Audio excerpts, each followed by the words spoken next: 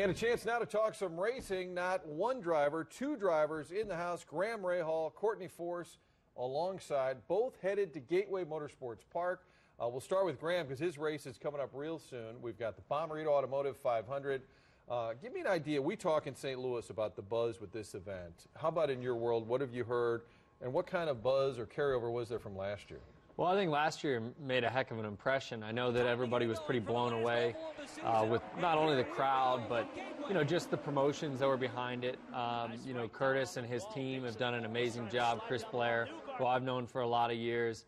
The crowd was unreal. Standing on the grid, before the race, looking up, continuing to fill up more and more by the second. It was tremendous, and so I know a lot of people are excited to come back. We've in IndyCar, we've got new cars this year. It's a whole new look. I think it's going to highlight this track even better. There'll be more passing, better performance. So I think everybody's and right now we're in crunch time. There's 4 races left in our schedule. When we leave St. Louis, there'll only be 2 races, and so a lot of guys are trying to make moves. End of the year, you got to make an impression. And Courtney, you're coming back in September. The NHRA is going to be at Gateway. How about your trip? I'm sure probably for years your dad is John Force. Folks know that. But were you coming there even as a young kid before you started racing? Yeah, this is a track that's always been a lot of fun for me to come to. Growing up watching my dad compete in the funny car category, and now, this is going to be the second race in our countdown to the championship for the AAA Insurance Midwest Nationals over at Gateway. So I'm looking forward to it. Right now, our Advanced Auto Parts team is leading the points, but we're going to have to make some big strides when we get into the countdown. So it's going to be a really exciting race, not only for our teams, but I think for all the fans as well. So not only do we have 2 drivers here with great last names, for those who don't know, they're also married. They're saying, boy, Martin does awkward interviews. He puts the 2 of them together. How did you guys meet? Tell me your story. Well, we met at a racetrack. I would have guessed that. Okay. Yeah.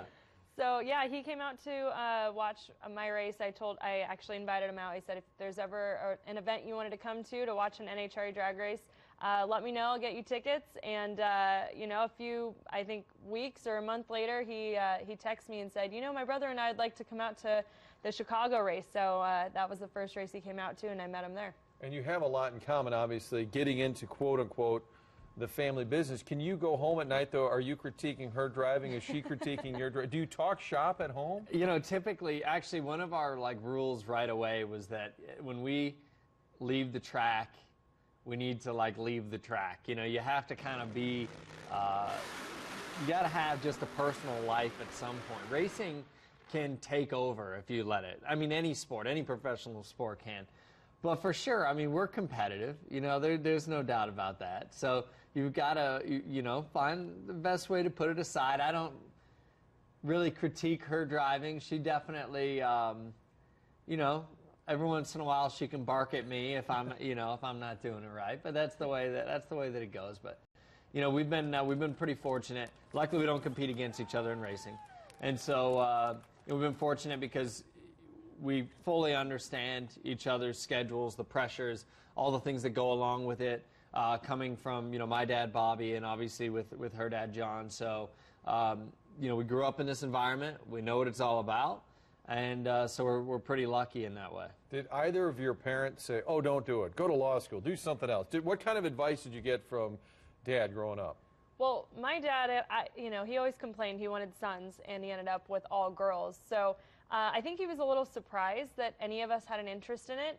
He always says that of any of his daughters, he thought that I would follow in his footsteps. So I don't think he was too surprised. I was a little bit of a tomboy, and I liked, being out at the track, getting dirty, covered in grease, and helping the guys wipe down the body and the tires. And so I guess he wasn't as surprised when I had an interest in it. But, I think once he realized that I was committed to it and that's what I wanted to do, and I told him he couldn't retire until I got to compete against him in a funny car, that's when I feel like I had his support, and, he was there for me to kind of teach me the ropes.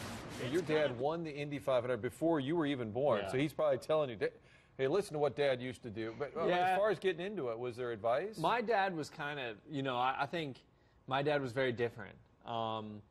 He was not so sure about any of his kids being involved at all in racing. In fact, I am the only one. Nobody else, none of my other family members work in the team or anything. So My dad was just very different. He knew that there'd be big shoes to fill. He didn't want that pressure upon his kids. And so when we were young, even me, and I was the same, I'd go to every race. I'd go to all the tests with my dad. I mean, my nickname was the Shadow. I followed him around constantly.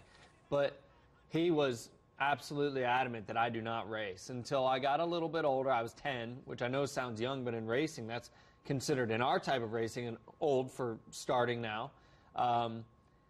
I just was so persistent, and finally he just broke down and said, okay, look, if you get A's and B's through all of school, the moment you get a C, racing's done.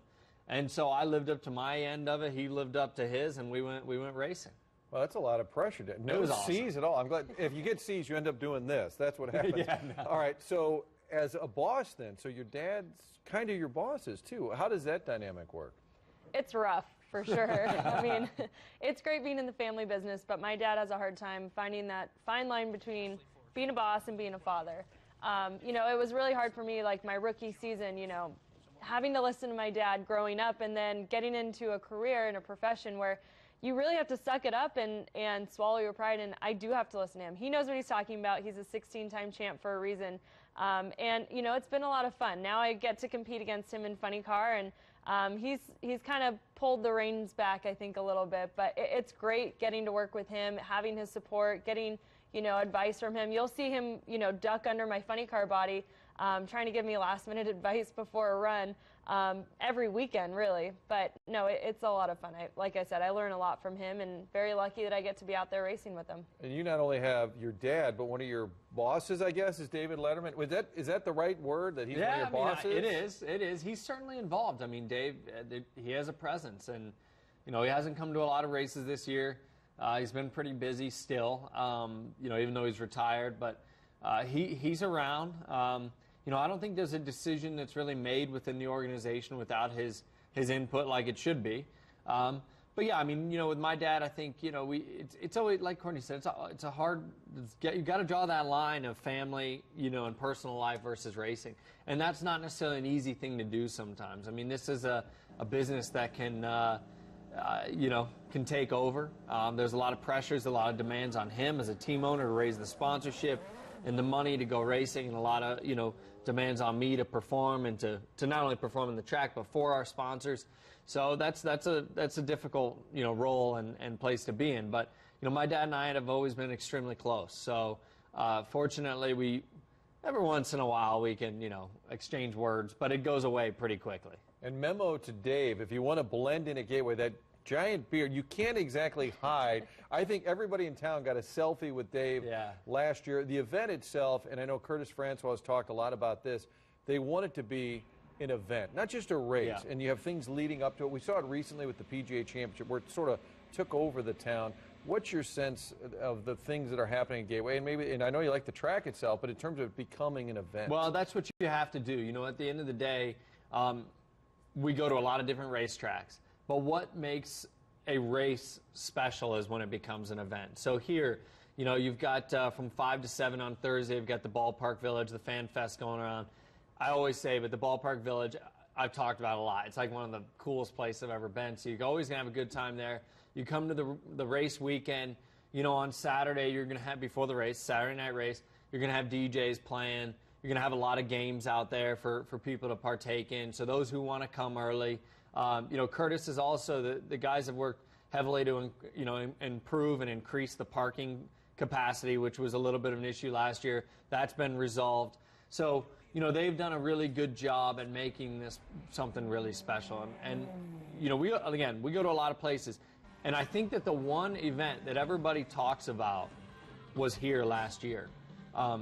It stood out, to all the other drivers. It stood out to the team members. Everybody was shocked, at the crowd that we had and the buzz that it had. And I know a lot of people are still coming in from out of town, as well as trying to maximize the people that are here. Come out and support it. I mean, Curtis rescued this place, a handful of years ago, and to see where it is today and the growth that it's experiencing, I'm really, really excited for it. All right, last question. When you're getting into a car, who drives? Oh, okay. Got a lead foot? No. That depends. I got to drive last week in my Corvette. So.